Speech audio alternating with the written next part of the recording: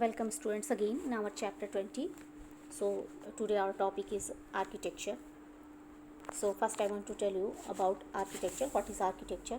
Architecture means art and science of designing buildings. The art and science of designing building is called architecture. Among the earliest monuments of architecture, early means there are many early monuments of architecture, are the pillars having messages of the great emperor Ashok. Many pillars are there who have the messages of the great emperor Ashok. Ashok was a very good emperor, very kind hearted. So messages of Ashok is shown there on the pillars. Other early monuments are Buddhist stup. Other monuments are Buddhist stups. Buddhist stup means a hemispherical structure which is in hemisphere shape, that is called the stup.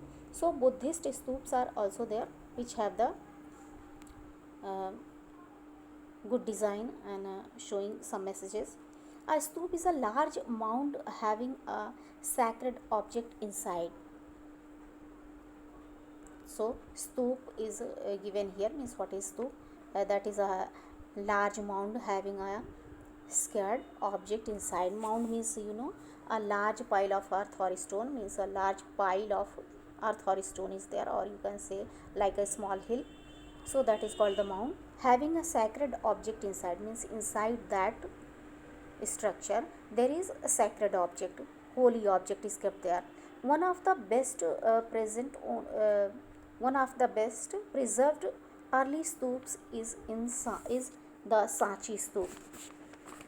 One of the best preserved means that is preserved, that is kept properly, that is safe, and it is the early stups, and it is Sanchi stup. It is the one of the oldest stone structure of India, one of the oldest stone structure, and it is in Madhya Pradesh. One of the best preserved early stups is the Sanchi stup. So that is Sanchi stup. As you can see in the picture, this is the Sanchi stup. See, stup, as I told you, that is hemispherical in shape. So this is hemispherical. You can see the top of the stup. It is built by Emperor Ashok, and it is in Madhya Pradesh. As you see in the picture, these are the architectural monuments: Sanchi stup, Konark temple, and Meenakshi temple, and Kailash temple. There are many ancient temples in our country. Many old temples are there in our country. And Konark temple in Odisha, Khajuraho in Madhya Pradesh, Meenakshi temple in Tamil Nadu are well-known specimen of fine architecture. These are the well-known specimen of our fine architecture. So Konark temple is in Odisha, in the state Odisha, and in Madhya Pradesh there is Khajuraho, and in Tamil Nadu the famous Hindu pilgrimage center Meenakshi temple is there. The Kailash temple of Ellora is a unique example of architecture because it was carved out of a single rock. And Kailash temple, which is in Ellora, Kailash temple is in Ellora. So that is a single rock temple, means only one rock is carved and shaped into the temple. This is the unique example of the architecture. So, and there this is the temple of Lord Shiva, and it is in Maharashtra. It is made from a single piece of rock, and this temple was built in 756 to 773 AD, between 756 to 773 AD. The temple is rich in symbolism.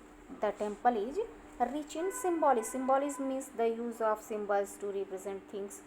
So the symbols are there which are used to present things, means to show things, to tell you the things about the temple, about the history. It is literally a carved mountain. It is literally a carved mountain.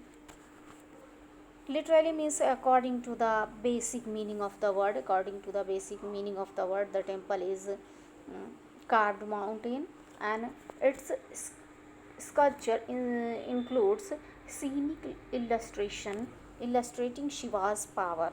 Illustrating means making something clear by pictures or diagrams. So pictures and diagrams are also shown there in the temple, and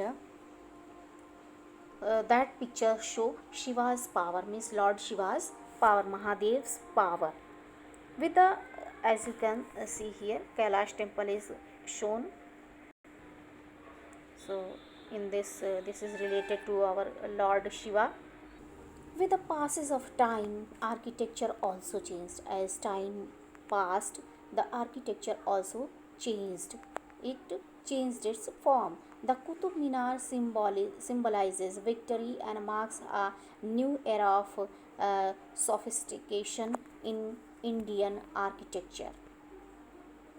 So Qutub Minar symbolizes victory. It shows victory. It tells us that that there was victory in that time, and marks a new era, and shows a new era of sophistication. Sophistication means smart technology in Indian architecture. Means there was smart technology in our country's architecture. There was a very good technology at that time when there were no machines, there were no and modern technology. So it shows the victory and smart technology. The arches and minarets of mosques, tombs, palaces, and forts are magnificent. So the arches and the minarets of mosques, in mosques you can see the arches and minarets are, you can see here, of mosques and tombs. In mosques also, in tombs also, palaces there are also the arches and minarets are there. Forts are magnificent. So forts are also magnificent. Arcade, you can understand, arcade means a carved top supported by straight sides. Means a carved top, as you can see in India Gate. You can see in India Gate, means you can understand by the doors. Suppose there is a door, and door is in rectangular shape. So if the top is made in curved shape, that is the arches. So the arches and minarets of mosques, and these are magnificent. They are very good. They are attractive. The engravings on these buildings have been done very artistically, means very carefully, very finely. All these are done. It has been made very properly. Gol Gumbaj in Bijapur is a unique dome in the world, and Gol Gumbaj, which is very famous, and it is in Bijapur. That's a very unique dome in the world. It is unique dome of not only our country. It is unique in the world. The Jama Masjid, Humayun's Tomb of Delhi, Taj Mahal of Agra, and forts of Delhi, Agra, Gwalior, and Chittorgarh are marvels of architecture. These are also very famous in the architecture. Means it shows the India's architecture. It shows the unique style of Indian architecture. So students, in next video I will tell you only two small paragraphs are remained in the chapter. So those two will be explained in the next video. Till then you have to read it well. Thank you.